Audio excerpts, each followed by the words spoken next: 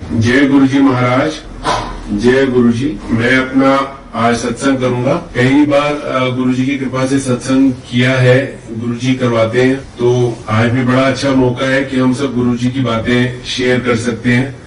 We all are very lucky to have guru ji in our life. गुरु जी बहुत दयालु है, गुरु जी हमें बहुत प्यार करते हैं, हम सबको ब्लेसिंग्स देते हैं। महापुरुषों की वाक जो होते हैं वो भगवान के वाक होते हैं, वो डायरेक्ट नहीं होते, वो कुछ ऐसी गाइड करते हैं कि वो ऑटोमेटिकली चीज हो जाती है। तो जब मैं आया वापस वहां पे फरीदाबाद दिल्ली, तो मैं एम्पायर स्टेट रेगुलर जाने लगा।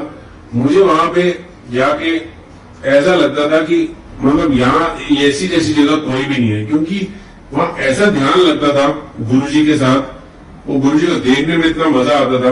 गुरु जी इतने प्यारे, इतने सुंदर, इतने प्रभावशाली, इतना नूर। गुरु जी का वो जो एंटायर ऑरा था वो इंसान खो जाता है। मैंने देखा वहां बहुत वीआईपीज भी आ रहे हैं, बहुत बड़े बड़े लोग, लिटरली जो इंडिया को चला रहे हैं वो सारे लोग आ रहे हैं। तो जब मैं ऐसा वहां देखता था तो मुझे लगता था कि ये सब भी मेरी तरह ही मांगने आए हैं। धीरे धीरे रियलाइज हो गया कि मेरे में और इनमें कोई फर्क नहीं है। ये भी गुरुजी से मांग रहे, हम भी मांग रहे, हम सब गुरुजी के आगे लिटरली कुछ भी नहीं। ये ऐसी चीज होती है जब आप जाते हैं वहां। एम्पायर स्टेट में लंगर करते थे, एक थाली में 4 लोग, तो उससे सबका एक बॉन्ड बनता था। और आपको जब गुरबानी 2 घंटे सुनते थे और जब चाय प्रसाद लेते थे, वो सारा एक ऐसा मैजिकल था, वो अपने आप में एक मिरेकल था जो मैंने कभी देखा नहीं था। एम्पायर स्टेट में मुझे पता लगने लग गया कि यहाँ लोगों के कैंसर ठीक हो रहे हैं, पार्किंसंस ठीक हो रही है। मैंने खुद 1-2 लोगों की शादी अटेंड करी जिनको ब्लड कैंसर था, गुरुजी ने ठीक कर दिया। लोगों की डायबिटीज गुरुजी ने प्रसाद देके ठीक कर दी। गुरुजी एक हाथ से प्रसाद देते थे, वो हमारे दोनों हाथ में फिट नहीं आता था। मैंने कई बार प्रसाद लिया, समोसे का लिया, लड्डू, एक हाथ से गुरुजी ऐसे कई लड्डू निकाल लेते थे और हमारे दोनों हाथ में नहीं फिट आता था। गुरुजी का जो वहां पे एम्पायर स्टेट में वो सारा हमें देख के लगा कि धीरे धीरे पता लगा कि गुरुजी शिव जी का रूप है। क्योंकि जब हम बड़े मंदिर जाने लगे तो वहां पे गुरुजी की शिव जी की आरती होती थी और बड़े मंदिर में भी सेम सिस्टम था, ऐसा ही सिस्टम था और फंक्शन हम बड़े मंदिर में मनाने लगे। सिलसिला चलता रहा। मुझे 2001 में ही जॉब मिल गई चंडीगढ़ के पास एक डेंटल कॉलेज में, बद्दी में। गुरुजी को बड़ा अच्छा लगा, मैं चंडीगढ़ गया हूँ। तो गुरुजी ने पूछा भी एक दिन चंडीगढ़ की संगत के बारे में। एक दिन गुरुजी कहते हैं, सैलरी कितनी देते हैं तेनू? गुरुजी हमसे इतना प्यार करते थे, हमारे बारे में पूछते थे, एक माँ बाप की तरह केयरिंग। फिर गुरुजी चंडीगढ़ पंचकुला की संगत के बारे में पूछते थे, उसका क्या हाल है, उसका क्या हाल है। तो मैं जितने लोगों को जानता था मैं गुरुजी के आगे बता देता था। फिर यहाँ पे जहाँ मैं था, यहाँ से मैं चंडीगढ़ में रहने लगा। मैं वहां से बस पे आता था दिल्ली, गुरुजी के दर्शन करता था रेगुलर। एक दिन क्या हुआ, मुझे पता लगा कि गुरुजी डुगरी जा रहे हैं। डुगरी गांव गुरुजी का बर्थ प्लेस है। तो मैंने सोचा कि मैं भी जाऊं। तो मैंने कहा गुरुजी मुझे मत्था टेकते, मैंने कहा गुरुजी मैं भी आ जाऊं कल। गुरुजी कहते नहीं नहीं। मैंने फिर पूछा, मैंने कहा गुरुजी प्लीज। गुरुजी कहते ठीक है, कल सुबह 6 बजे आ जाना। मैं नेक्स्ट डे सुबह 6 बजे एम्पायर स्टेट के बाहर पहुंच गया। मैंने क्या देखा, बहुत गाड़ियां लगी हुई है। गुरुजी अपने आप हर भक्त को एडजस्ट कर रहे हैं, तू वहां बैठ, तू वहां बैठ। हमारे मालिक, हमारे गुरुजी खुद बिठा रहे हैं सबको। और जब सब बैठ गए तब गुरुजी बैठे लास्ट में। ये देखिए इतने इतने हम्बल। हमें भी ऐसे ही होना चाहिए। हमें पहले दूसरा इस प्रैक्टिकल, गुरुजी कहते थे मैं एक प्रैक्टिकल गुरु हूं, कई बार बोलते थे। इस प्रैक्टिकल इंसिडेंट से हमें क्या पता लगता है, जब गुरुजी लास्ट में बैठे, उन्होंने सबको बिठाया, तो इससे पता लगता है कि हमें भी ऐसे ही, जब हमारे मालिक इतने हम्बल है, हमारे गुरुजी इतने हम्बल है, तो हमें तो बिल्कुल नीवा होके ही चलना चाहिए। तो उस दिन जब डुगरी हम गए, एक पूरा काफिला जीटी रोड पे, आगे आगे गुरुजी की गाड़ी, पीछे हम सारे एक ही लाइन में भक्तों की गाड़ियां। मैं कह रहा हूं, मैं बता नहीं सकता, पूरा डिसिप्लिन काफिला था। मतलब कोई किसी को ओवरटेक नहीं कर रहा था, एक लाइन में। जब हम पहुंचे डुगरी, वहां गुरुजी ने अपने फ्रेंड्स के घर में हम सबको एडजस्ट किया, किसी को कहीं किसी को कहीं। और वहां शाम को सत्संग होता था और सुबह हम गांव घूमते थे। हमने गुरुजी के डैडी से मिले, वो साइकिल चलाते थे बापूजी, उनसे बड़ा प्यार हो गया।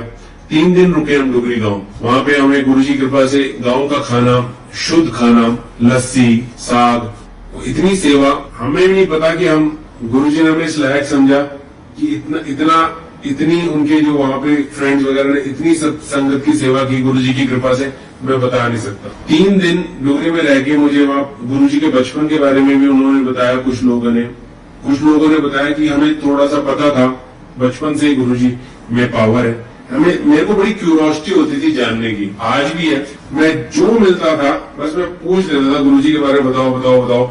कुछ भी इंफॉर्मेशन मिलती थी वो मेरे को बड़ी अच्छी लगती थी।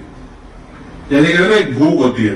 तो 3 दिन डुगरी में रहे, उसके बाद जब वापस आए तो मतलब आपको एक ऐसा लगता है, एहसास होता है कि गुरुजी क्या है।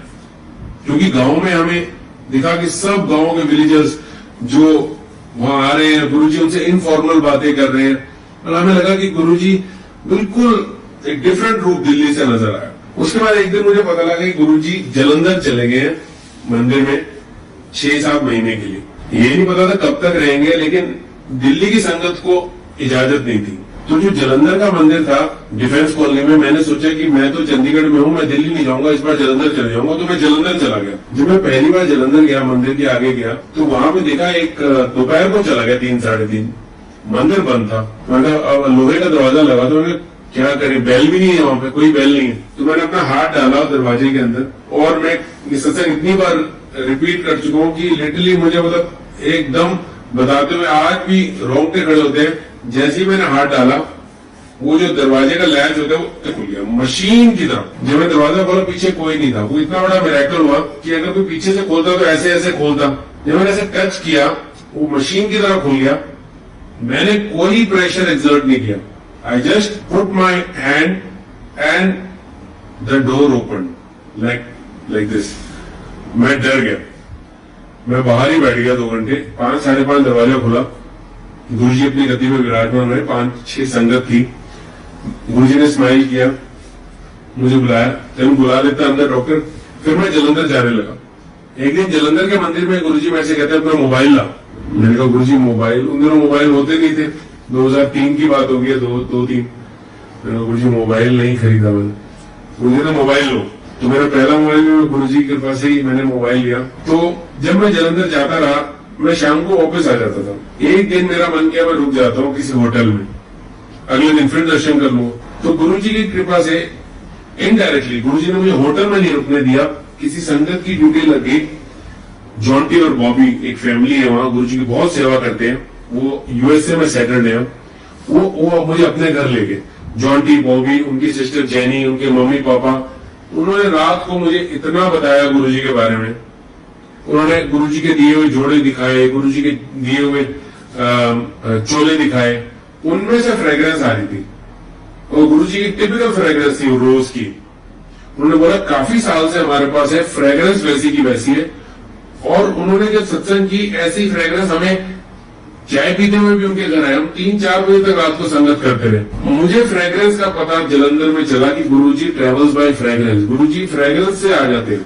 गुरुजी खुशबू रूप में आपके पास आ जाते हैं, आपके घर में आ जाते हैं, आपके जहां आप सच्चे दिल से उनको याद करो वहां आ जाते हैं फ्रेग्रेंस के तौर पे। मतलब उन्होंने इतनी सत्संग किया। उन्होंने मुझे बताया जलंधर में लोग गुरुजी से कैसे जुड़े हुए हैं, गुरुजी कैसे कैसे मिरेकल करते हैं, बीमारियां ठीक करते हैं। और गुरुजी कभी सोते नहीं है, सारी रात गुरुजी जागते हैं। और एक बार की बात बताई उन्होंने कि एक बार गुरुजी सैर कर रहे थे, रात को काफी लेट हो गए थे, और उसके बाद गुरुजी बैठे।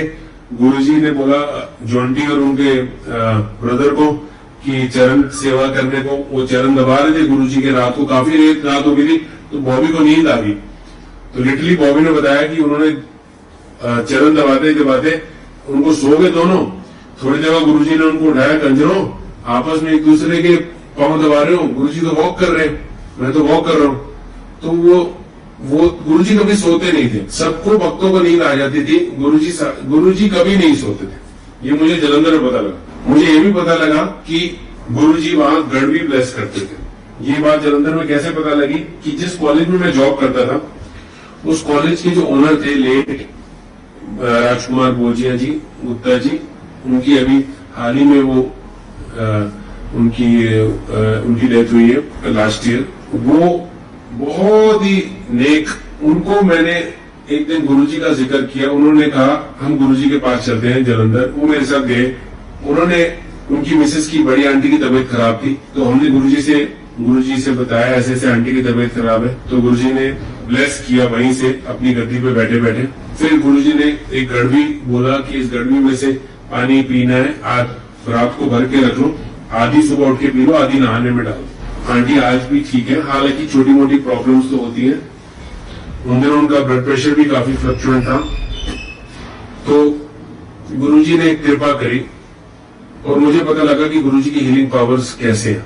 तो बाबूजी को बड़ा अच्छा लगा गुरुजी के पास जाके। गुरुजी ने बोले तेरे मालिक बड़े चंगे।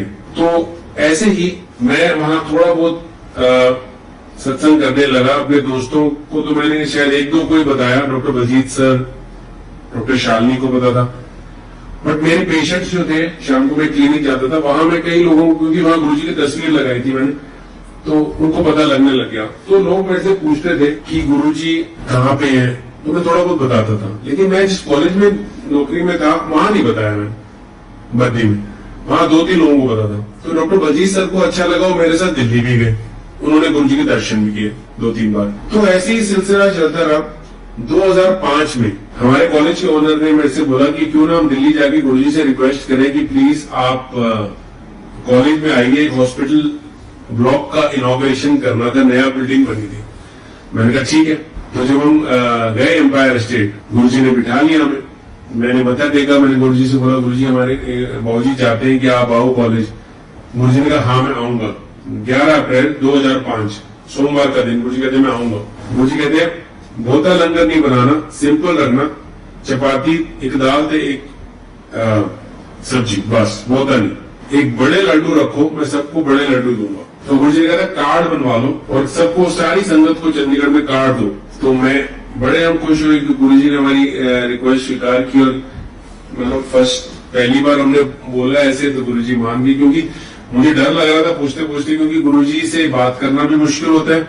जब गुरुजी से बात करते हो, आपके पूरे चेहरे पे वो एक गर्माहट होती है और आप भूल जाते हो जो आप बोल रहे होते हो। अभी तो हम सत्संग कर रहे हैं बड़े आराम से, बट अगर गुरुजी यहाँ भी हाजिर नाजिर है, बट जैसे फिजिकल चोले में गुरुजी बैठते जैसे और हम बात करते थे, तो हम पूरे लाल हो जाते थे और लिटरली हम भूल जाते थे, कंफ्यूज हो जाते थे कि क्या हम बोलना चाहते। तो गुरुजी ने बात मान ली, हमारी इल्तिजा कबूल कर ली।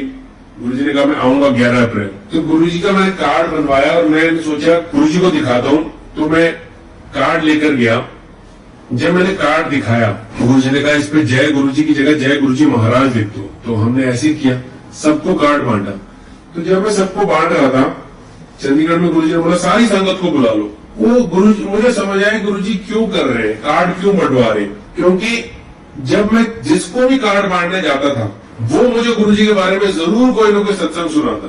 तो इमेजिन करिए कि जिस घर में गए हमें कितना ज्ञान मिला गुरुजी के बारे में। वो भी एक गुरुजी का तरीका होता है, लोगों से जब हम मिलते हैं, गुरुजी की बात होती है। तो कई बार तो मैं आपको बताता हूँ, हम सोचते थे, मैं आपको बताता हूँ, मैंने शायद सत्संग नहीं किया, कई बार मैं सोचता था कि मैं दिन में 15 या 16 कार्ड बांट दूंगा। एक बार तो ऐसा हुआ मैं 2 कार्ड भी नहीं बांट पाया, 2, क्योंकि जहां जाना वहां गुरुजी कितनी, फिर हम सत्संग शुरू हो जाना, फिर तो गुरुजी की बातें हो जानी।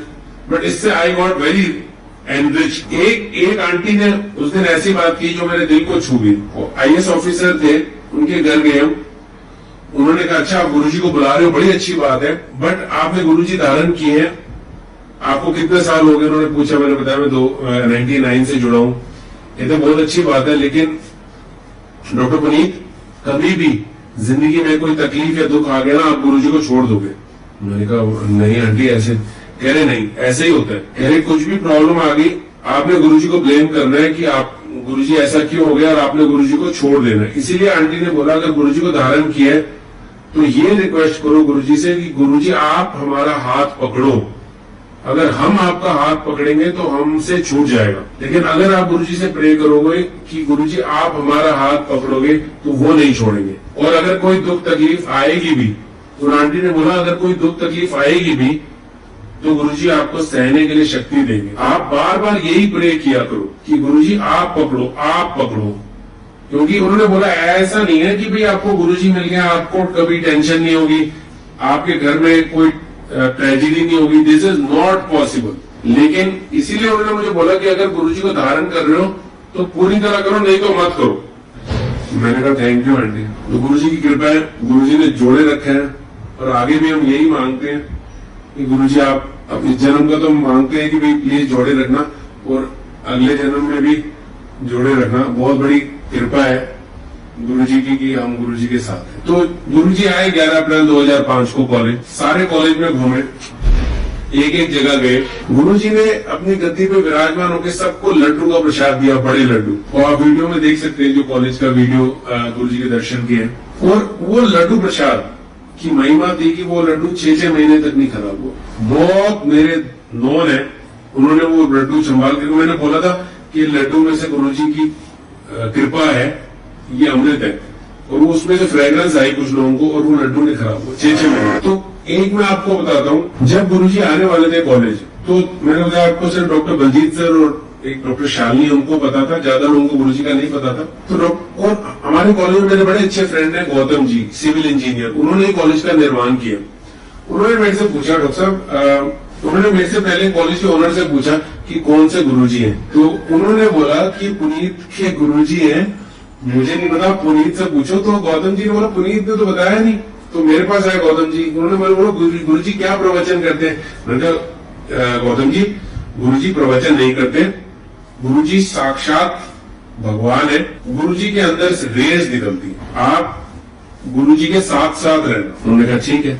उन्होंने बात अपनी मुट्ठी बांध ली। जितनी देर गुरुजी कॉलेज में रहे, जहां जहां गए गौतम जी साथ साथ गए, क्योंकि मैंने बोला था उनसे अंदर से रेस निकलती है। तो ऐसे ही देखिए, हम बताते तो सबको है, हम गुरुजी का बताते तो सबको है, लेकिन ये हमारे ऊपर हम कितना ग्रहण करें उस बात को। ऐसे ही जब गुरुजी ने वो प्रसाद दिया तो कुछ लोगों को लगा कि हमें गुरुजी से प्यार हो गया, हमें एम्पायर स्टेट ले चलो। तो 6-7 डॉक्टर्स, गौतम जी वगैरह, हम सारे एम्पायर स्टेट गए और वहां गुरुजी बहुत खुश हुए हमें देखे।